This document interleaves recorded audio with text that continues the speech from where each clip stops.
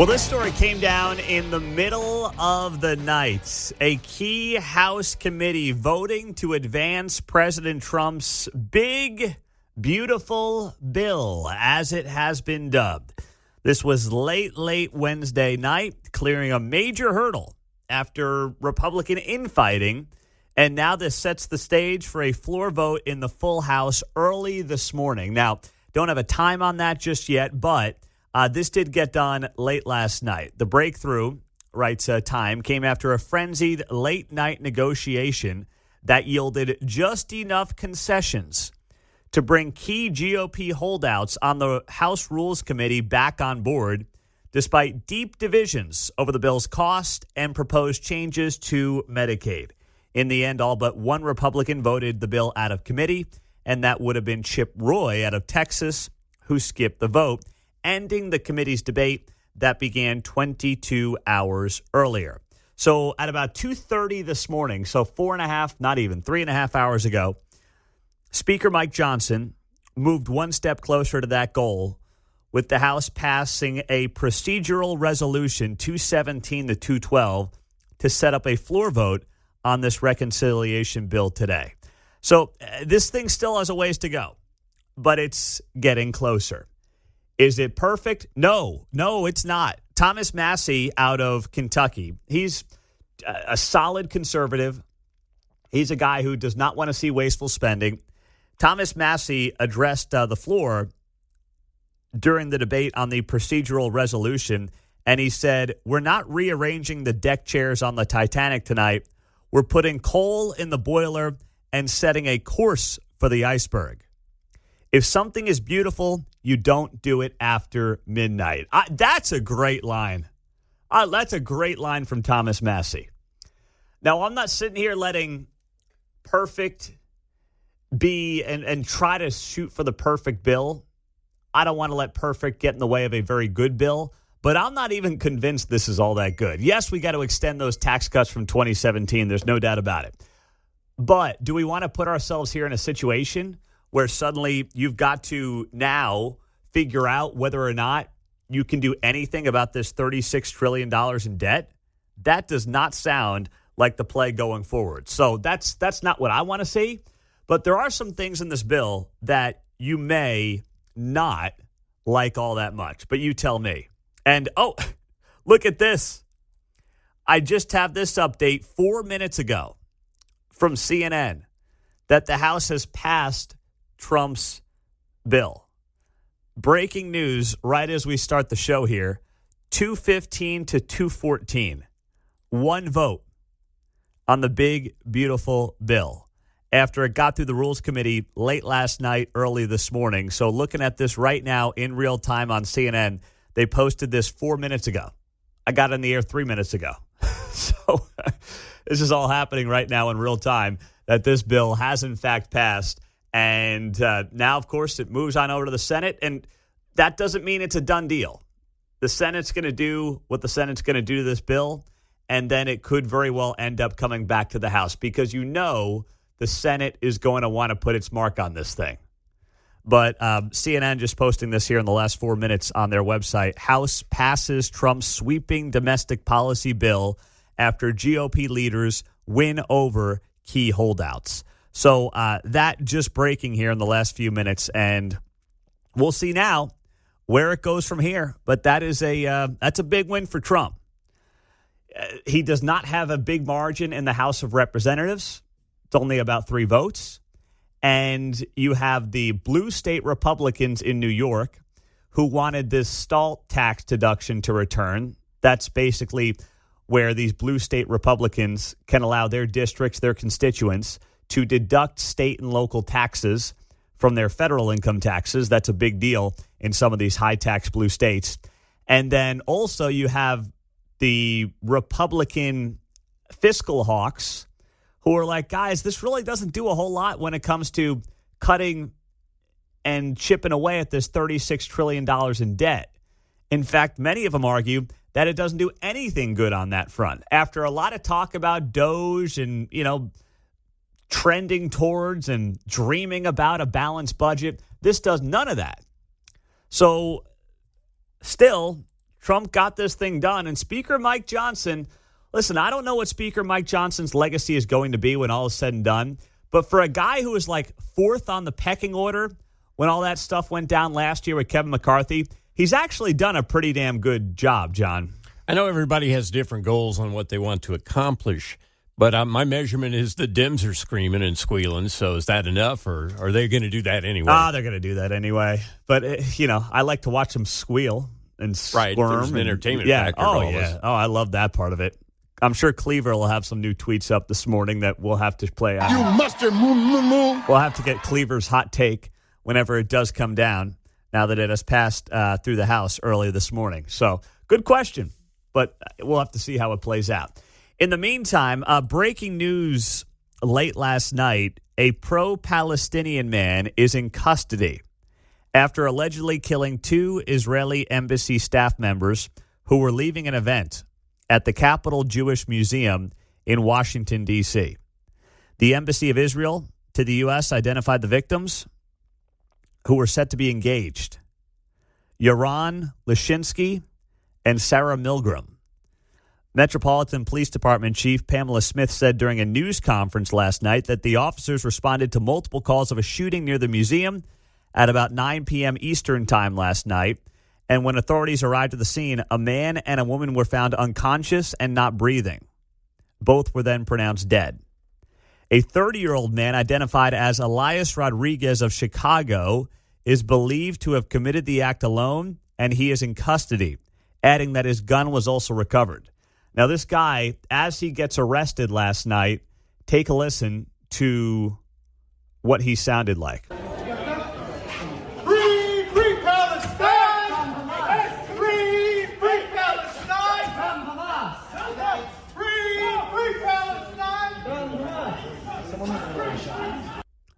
Yeah, sounded like a regular rally on Harvard's campus or Columbia's campus, is what it sounded like. According to the Metropolitan Police Department, the preliminary investigation shows Rodriguez was allegedly observed pacing back and forth outside the museum before he approached a group of 4 people exiting the building, including the 2 victims, and began shooting. He then entered the museum, where he was detained by event security, and then, of course, while in custody, he was doing his dopey little chant. D.C. Mayor Muriel Bowser described the shooting as horrific and assured the community there is no active threat. She also said the city will not tolerate this violence or hate. Okay, well, that's great, but let's make sure that she puts her money where her mouth is. Because right now, when it comes to violence, when it comes to groups being targeted, you have seen this uptick in anti-Semitic attacks against Jews since October 7th. You have seen it since the October 7th attacks. And if the media really wanted to lean into this thing a little more, they could bring you some of the data that they frankly should be bringing you on some of the anti-Semitism that has increased around the country over the last year and a half or so. I'm not convinced that they are going to do that, though. Hey, Mark, Steve Scalise, House Majority Leader, is speaking right now on Capitol Hill. Can we pop that up on Fox News? The American dream that we knew should not be permanent, but was only going to turn around if we passed a bill to get America back on track. We knew we had to prevent a massive tax increase, so we put it in the bill.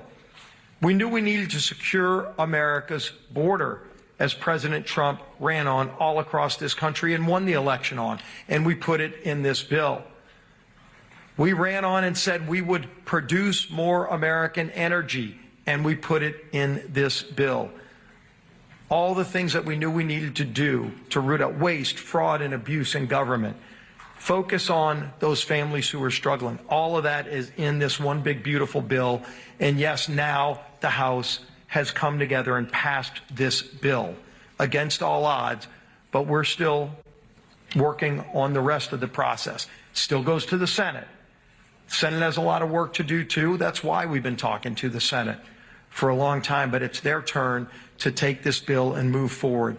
But I'll tell you, none of this would be possible without the leadership of President Trump, who every step of the way not only laid out the vision, ran a campaign on this vision, but every step of the way, too, said, whatever you need, let me know. And he was there to help us. Our great speaker, Mike Johnson, who was never deterred, probably hasn't slept in a few days, but never wavered in his commitment to get this done. And this whole team has come together. And our whip has never relented and never stopped pushing to get this done. With that, I bring up our great majority whip, Tom Emmer. All right. There you go. That was Steve Scalise, House Majority Leader, in real time.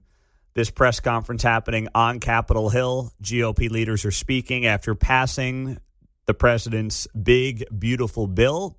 It now will go over to the Senate side. And with that, I'm sure it will get sliced and diced and then have to come back over to the House. So this is not something you heard Tracy Mann say yesterday.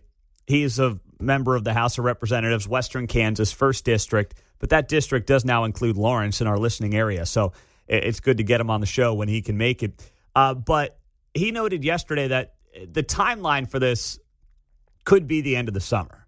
By the time they go back and forth, Senate does its thing, goes back to the House, may have to go back to the Senate. You may be looking at ultimately the fall when this thing is finally passed. But as long as they get it done, not that I want them to take any longer than they need to, but as long as they get this thing done by the end of the year, that's really the ultimate deadline, because the 2017 Trump tax cuts, which were huge tax cuts for the American people and for corporations, which really sparked great economic growth from 2017 up until COVID hit, you got to lock those tax extensions in.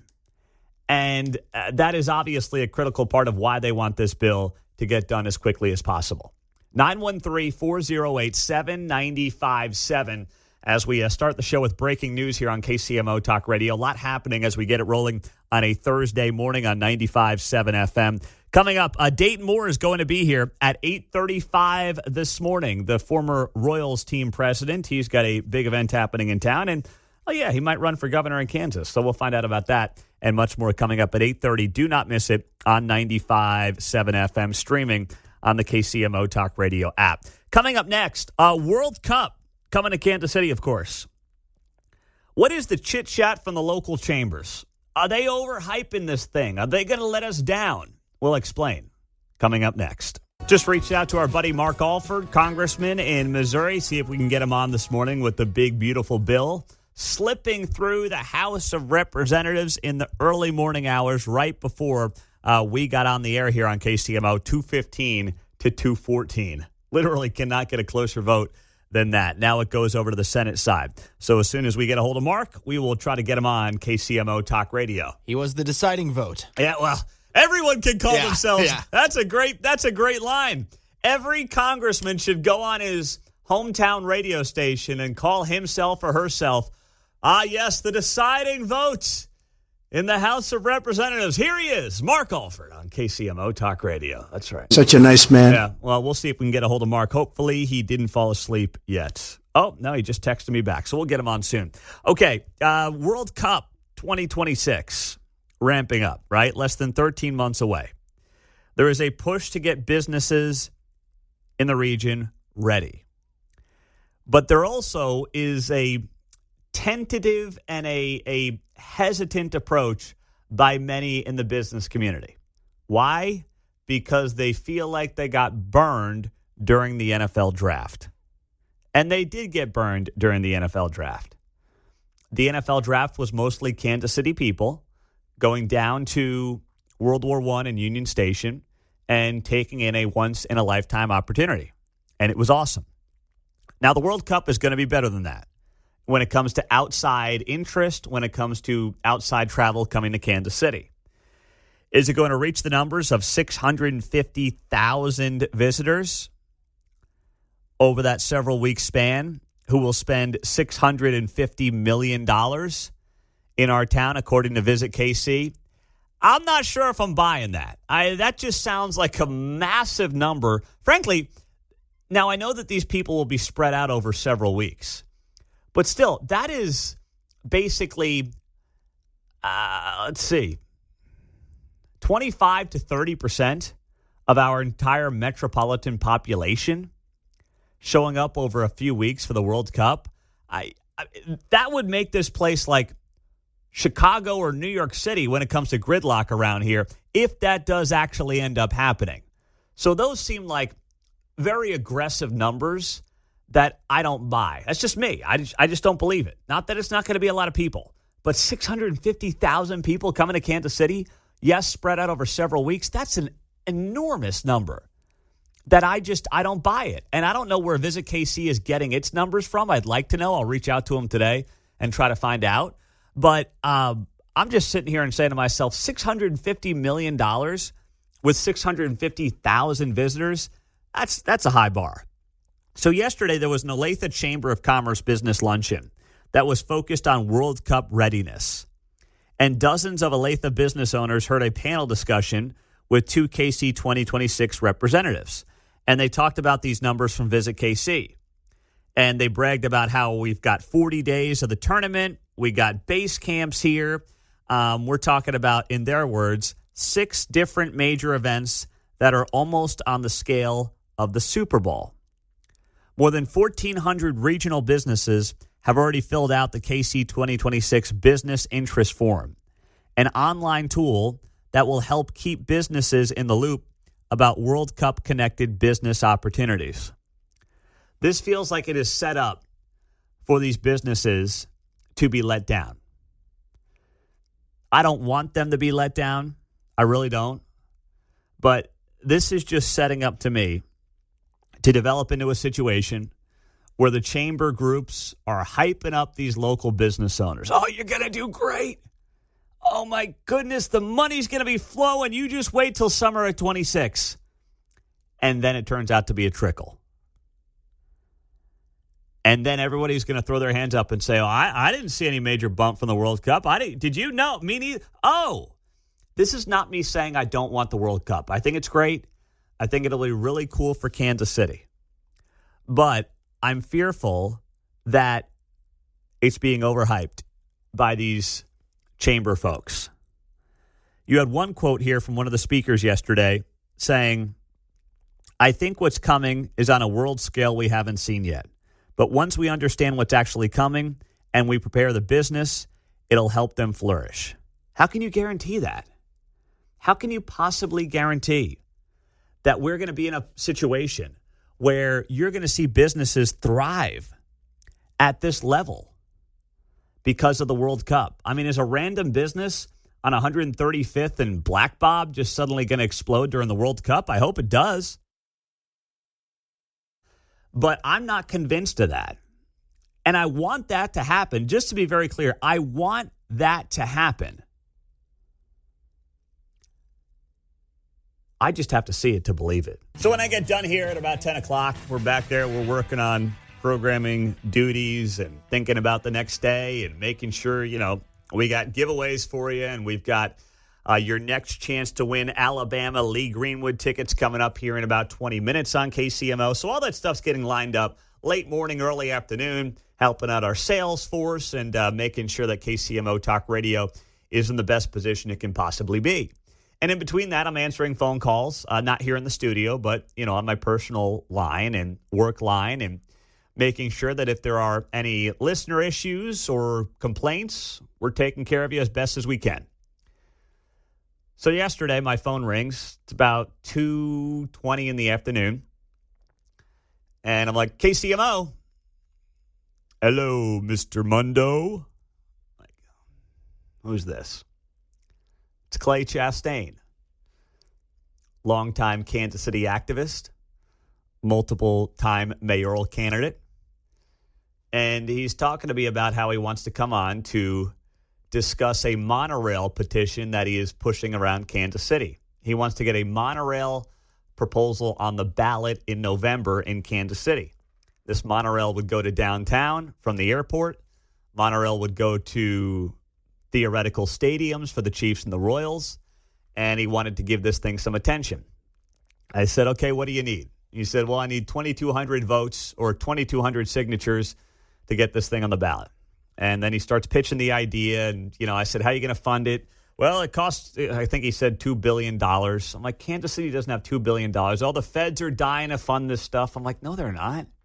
No. I mean, trust me, Trump is not looking to build a monorail system in Kansas City. I mean, I'm just kind of talking to myself at this point. But there's no way to fund this thing. The airport was $1.6 billion. But remember, the airport was funded basically by the airlines. The airlines are the ones who upgrade the airports, and then basically they pass on those charges and fees to pay back the bonds with the airline tickets that people use to fly. It's basically a user fee is what it is. This would not be that. There's no magical monorail company coming in to pay $2 billion for monorails in Kansas City. He's like, well, you want to keep the teams, don't you? I said, well, I'm just kind of covering this thing. I want the teams to stay in the Kansas City region. Of course, I want that. And frankly, I don't think Clark Hunt or John Sherman are sitting there saying, if only we had a damn monorail around here, we'd be just fine, and we would do exactly what Missouri and Jackson County and Kansas City wanted us to do. If only there was that monorail. So he's wanting to come on, and I'm like, listen, I don't think this is a big story. So I said, listen, tell me where you're collecting signatures, and at least I can tell people where to go if they want to sign this petition. So he didn't really have a plan. Huh. And then he goes on to say, well, I just want to bring awareness to this. I'm like, so are you trying to collect signatures, or are you looking for attention on the issue? Well, I'll be out at the Price Chopper in Brookside today. Of course. I said, okay, great. So if people want to go out and sign the petition, you can go to the Price Chopper in Brookside and do that. I don't have any times for you. I guess there's a couple other people on the east side promoting this as well, but I couldn't give you any locations or times. And it's like, that's where it's if it's just a slapstick deal, I'm not going to sit here and spend a lot of time on the show talking about this. I'm just not going to do it. Now, you tell me at 913-408-7957 on the text line if you feel differently. But based on the text line, I'm seeing a lot of, no, don't do it. Some of us that have been here for a while, remember, it's the same song, different day. Different decade, actually. Different decade, yeah. Yes. Yeah, I mean, there's nothing new here. No, exactly. So right now, it's a 10-to-1 ratio on the text line of people saying, no thanks, I'll pass. That's what I expected, because the plan is not fleshed out at all. I mean, there's really nothing to it that you can say, hey, here's the plan, here's where you go. It's just an idea. And frankly, it's an idea that even if it were to get to a ballot and pass, who's paying for a $2 billion monorail around time here? to be involved when we planned the streetcar. Well, yeah, that was the time. Star bonds. No. Kansas City Star bonds. Yeah, don't give them any ideas, Mark, okay? Please. Don't give anybody any more bad ideas on trying to duplicate Star bonds on the Missouri side for a monorail. Oh, my goodness. And I had a 2:30 meeting, so I had to cut the phone call short. But I'm like, nice man, but I am not interested in furthering that conversation. But anyway, you might find Clay at the Price Chopper in Brookside if you're so inclined.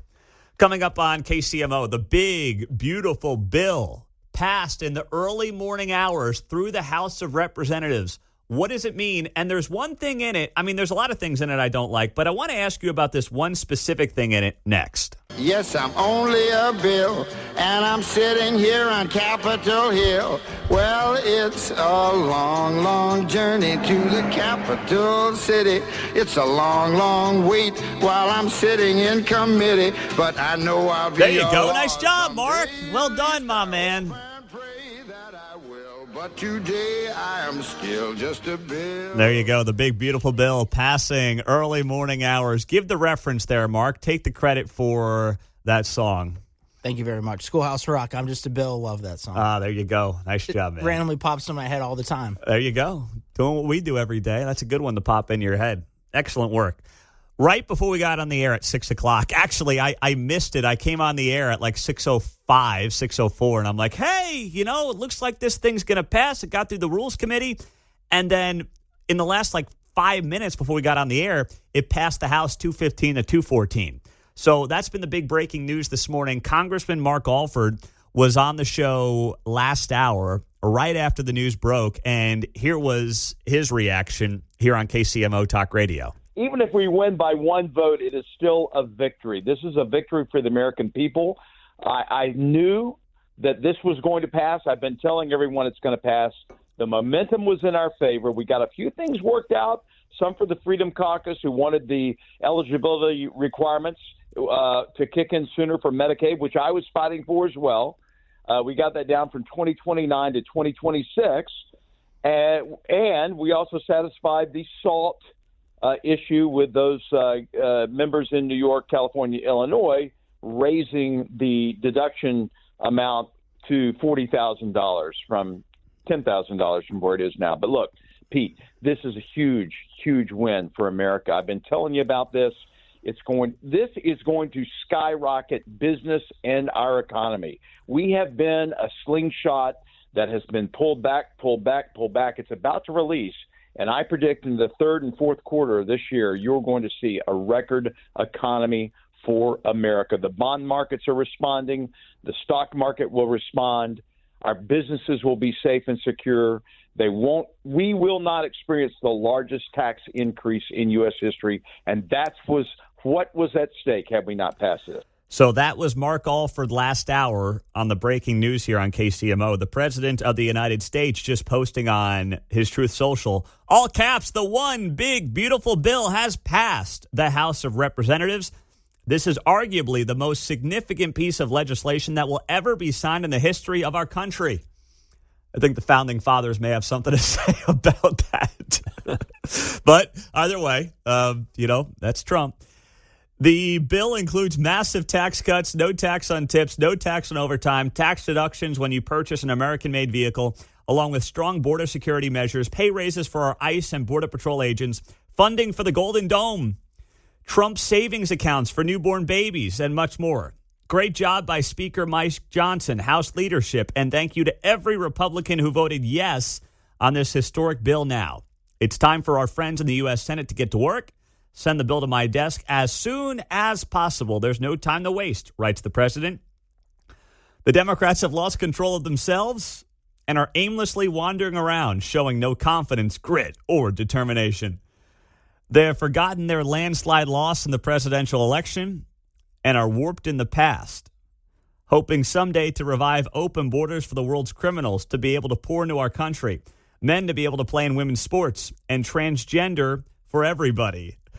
They don't realize that these things and so many more like them will never again happen. Transgender for everybody. What is that? You get a transgender, and you get a tranny, and you get a tranny, and he gets a tranny, and then them get a tranny. Transgender for everyone. Oh, my goodness. Classic.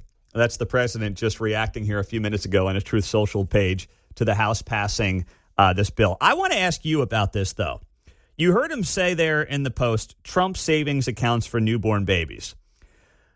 We talked about this a few weeks ago, but it looks like there's actually something like this in the bill. Here's what Kevin Hassett, he's been working on this on behalf of the administration, had to say last night about that part of the big, beautiful bill on News Nation. So the big, beautiful bill has a lot of beautiful stuff in it that nobody's talking about, which is another one of your themes. And so one of the things I like the best is that for every baby, it's in the bill, every baby born in America, then the minute they're born, the government creates a $1,000 account, puts it into the stock market for them so that they've got it when they retire. And then they get to look at that account on their iPhone or their phone for the rest of their lives and see what America is doing for them. And I think that kind of bill is exactly what we need right now. And we don't need, like, we've extended the tax cuts, which created all this manufacturing in the U.S., but we focused really on the middle class in this bill. And that's why it's going to probably pass tonight or early in the morning. And that's my intel from the meeting with the president today. So $1,000 for every baby that's born that gets put into an account that then you get when you retire. Now, this is what they should do with Social Security. If you privatize Social Security, you put it into a fund that basically mirrors the S&P 500, you will be so freaking rich you won't know what to do with it. Instead, we've got this shell game and this Ponzi scheme that is Social Security as we know it today. But I look at this and I say, okay, it's a nice idea. It's not a big cost. Like last year, there were 3.5 million babies born in the United States. So that's about $3.5 billion. And I know that we say, wait, that's not a lot of money. It's not to Congress. It's not a lot of money. If every baby got a $1,000 savings account that then mirrored the stock market and you get it at retirement, you'll get a lot of money. I mean, I crunched the numbers here this morning. If you get $1,000 when you're born and you figure on average 10% rate of return, that's what the stock market's done on average for the last 100 years or so, and you just don't do anything until you're 65 years old, you will have $490,000 in that account. That's compound interest for you. If your money doubles on average every 7 years or so, rule of 72, you'll be sitting on about $500,000 at the age of 65 if you just go based on the average returns. So it sounds good. But at the same time, the devil's always in the details on this stuff. When can you start tapping into this money? Could your parents, let's be honest, there's going to be a lot of parents out there who are going to be like, $1,000, my kid was just born, I'm taking that right now. I'm going to a Chiefs game. They don't understand the power of compound interest. They won't care about compound interest. And I don't think buying people to have babies is a good idea. And suggesting that this is what America can do for you. No. It's not up to America to raise your children or look out for your kids or look out for their retirement. It's up to you as a parent. It's up to the individual. To me, it's not about the money. The money's not all that big. But it's about the sentiment of like, here's what America... No. America's not doing it. The taxpayer is funding this. The taxpayer is doing this for other people. All right? That's what this ultimately is about. And that's why, as much as I'm a fan of maybe people learning about how powerful compound interest is and why saving the minute you can start saving and investing as quickly as you can is a smart move, the younger you are, the more powerful that compound interest becomes. This is not something that I think will teach the people that need to be taught this stuff anything whatsoever. 913-408-7957, our text line and our studio line on KCMO Talk Radio 95.7 FM. Victor's in Parkville. Go ahead, Victor. You're on KCMO. Good morning. Good morning, Pete. You touched on it. This is the first step in saving/phasing out Social Security. Because if they're going to have this amount of money, they're not going to be wanting Social Security. This will also encourage people to invest as they get older, so they're not going to be needing Social Security. The less people you have in Social Security, the more you have involved in the private sector, and that'll boost the economy.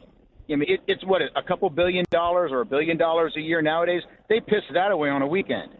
They do. This is nothing for the federal government. Hey, listen, I will, if you're right about this, Victor, and if this is about ultimately phasing out Social Security, which, to your point, Social Security cost and paid out $1.4 trillion in benefits in fiscal year 23.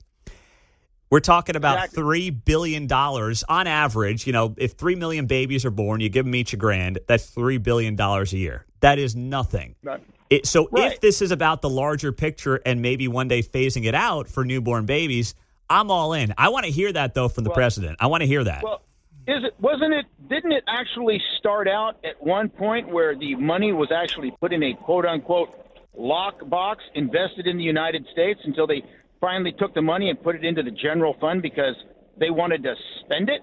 Mm-hmm. So this is the way it used to work. And if it still worked that way, we wouldn't be in this mess now, would we? Well, yeah, you can say that about a lot of things in this country. You're right. But here's my other issue. Thank you, Victor. My other issue here, though, is at some point a Democrat's going to be back in the White House. Democrats are going to have control of Congress.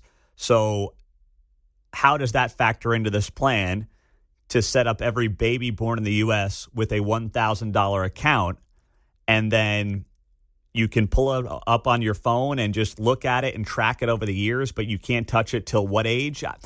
There's just a lot of things that need to be answered, a lot of questions that need to be answered on that specific issue. Mark, you want to have another kid to see if this thing is for real, this $1,000 savings account? You got one more in you? I mean, we could, I guess. I don't think we're going to, but hey, if we need it for the show. Anything for the company. Anything for the show. Maybe I got to dabble and see what this is all about, See how this $1,000 account deal gets set up, what it looks like. Pull it up on my phone. Becomes a storyline for the show for the next, 20, 30 years. It's got potential. I'll just say that much. It's got potential. Texter's wondering, Mark, when the old snipper's happening there for you, buddy. What's the plan? Do you have a plan? Is there a plan to enact or no? I mean, there was going to be a plan, and then that time passed. It was around March Madness, so I might have to do it next March. Yeah. You got to get ahead of that, man. Yeah. Everybody wants it. Everyone wants it done around March Madness. Mm-hmm. All right? But if you do it around March Madness and you can't come to work, you got to call in with the parlays. Oh, yeah. Next year. All right? That's the deal. So you got some time. You got 10 months to figure that out. All right there, big guy? Okay. Got it. Well, speaking of snipping, people who probably should be getting snipped, we've got a couple examples here. Over in Illinois, you've got a middle school track meet that is now a sore spot and a controversial spot due to a transgender student's participation in this middle school track meet in Illinois. It's got some parents up in arms. CNN writes here, Marie Davis and Doug Krine's 7th grade daughter was among those who competed in the track meet in the Naperville School District. They say their daughter competed against a biological male, some may refer to that as a transgender female, who won multiple girls' events at the meet. The mother said, I was actually shocked. At first, I couldn't believe it. I started talking to other parents, and it's like, is this really happening? It's pretty upsetting to see your kid distraught out there trying to do her best and doesn't really have a shot. Oh, you don't say. Talk about a bombshell. Exactly what we've been talking about. Until it happens to you, it's great to be woke and have your yard signs up and, wave your flags.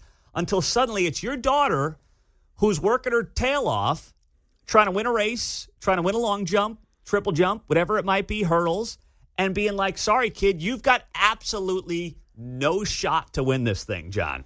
I'd say you just treat it like the Pekingese neighborhood dog out on the track. You would just laugh and ignore that part, Yeah. It's just make it among the qualified entrants. Well, schools can't do that these days. No, that wouldn't be inclusive, So the father said here to CNN, it's pretty upsetting to see your kid distraught. Parents argued about the situation at a school board meeting days after the track meet. On Monday night, the turnout was so large, they had to set up an overflow room. One parent said that no girl should be denied participating in a conference championship because a genetic boy is taking that spot. You don't say. Another parent said a school system that values every student is what we demand and expect. Yeah, no. You don't get to use that line of argument. You don't get to use it. Because what you're doing then is you're valuing one student against and over another one who is competing in their proper genetic race based on who and what they are. The boy is not doing that. So that was in Illinois. And then you've got this story. This made it on Fox News last night. This is Katie McGinnis. She ended up posing on the first place podium because she technically had lost to a male-born athlete, and she was not having it. She took photos of herself on the first place stand. Good for her. Watch her interview. Take a listen to what she said last night on Fox News. Here we go. Katie McGinnis. However, on my third jump, I watched AB do their jump, and the numbers on the screen lit up to 19 feet 2 inches, which was the furthest mark of that day. And I just remember thinking to myself, okay, I need to get a big jump. And so normally something typical that long jump athletes will do is they start a clapping sequence kind of to gain momentum from the crowd and kind of feel the rhythm of the jump. And so I did that, and I ran down the runway, and I landed, and I watched them measure my mark, and it was 18.9. And I just remember thinking that there was nothing else that I could do, that was it. And I was honestly very discouraged. And, I'm a high school senior, and, winning CIF has always been a goal of mine. And, I wasn't able to compete with someone who is genetically different than me. There you go. How about that? Katie McGinnis standing on the first place podium, taking a picture of herself on Fox News last night. This is out of Southern California. So these two stories in the last 12 hours, you have a lot of these track championships going on right now as we get towards the end of the school year. And Katie McGinnis in Southern California also not putting up with the nonsense. That's what I'm saying. Just ignore them. Yeah. So you've got Illinois in the middle school, and now you've got California as well. And parents of young girls are done with this. There's a very small subset, I believe, of parents of daughters who are going to put up with this and are so woke, who are going to say to their own daughters, sorry, I know you worked really hard, but, sometimes the chips fall where they may, and you're just kind of SOL, as they say. You know what you say to your daughter? Bro. She's a real beauty. I mean, it's like, you cannot possibly look your own child in the eye and tell them that they lost these races fair and square. And parents in California are done with it. In Illinois, when they're done with it, and we know they're done with it here in Kansas and Missouri. So good on these girls and their parents for speaking up as well.